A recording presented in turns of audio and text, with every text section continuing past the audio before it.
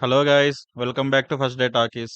ఇప్పుడే Thimmarajupalli TV movie చూసొచ్చాను. Cinema ఎలా ఉందో ఒక మాటలో చెప్పాలంటే 70% గుడ్, 30% లాగ్. ఇక పాజిటివ్స్ విషయానికి వస్తే మూవీలో అందరూ యాక్టింగ్ చాలా బాగా చేశారు. ఆ మాట ఆ యాస చాలా రూటెడ్ గా అనిపించింది.